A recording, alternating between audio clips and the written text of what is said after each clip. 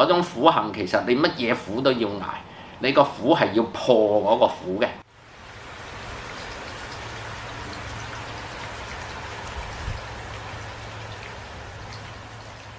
譬如我試過住一個精舍上邊個天台啦，哇！天打雷劈咁樣喎，啱啱遇着颱風啊嗰啲，咁咧我又唔可以落去住喎，因為原來下邊係有女眾住嘅喎。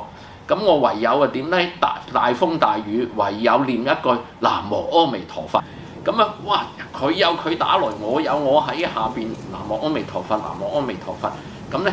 仲要係住一個即係而家你哋去 camp 啊露營嗰啲帳篷咁嘅啫喎，下邊咧就流水，上邊就打雷，咁個天喺你個頭殼頂度打雷嘅喎，哇！佢直情係上火切水，水上切火咁樣，又打雷啦，又沖水啊！咁嗰陣時唯有就係念一句南無阿彌陀佛，南無阿彌陀。俾佢叮一聲咧，有體會啦！啊，原來點解祖師菩薩要喺啲困難嘅地方去修行啊，去體會啊，原來就係一句佛號，佢係等你咧萬念俱灰咁樣，所有一切咧就停頓喺度。咁呢個體會咧真係説不出啦，即係學祖師菩薩話齋啊，如人勿飲水，冷暖自知啦。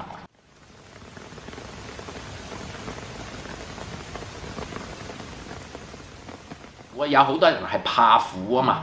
苦，佢要尋樂啊嘛，咁佢就極端咗對立，咁所以佢樂嘅時候咧，其實好苦嘅，係苦嘅因嚟嘅樂係，所以你係要不斷學習先發覺原來我好開心完咧，之後原來就好苦噶啦，個開心係好短暫，個苦先係長嘅，咁佢不斷咧，如果搞錯方向，佢不斷要尋求快樂嘅，咁所以好多人用錯咗方法去解決快樂咧，佢就變咗咧陷入一個死胡同嗰度。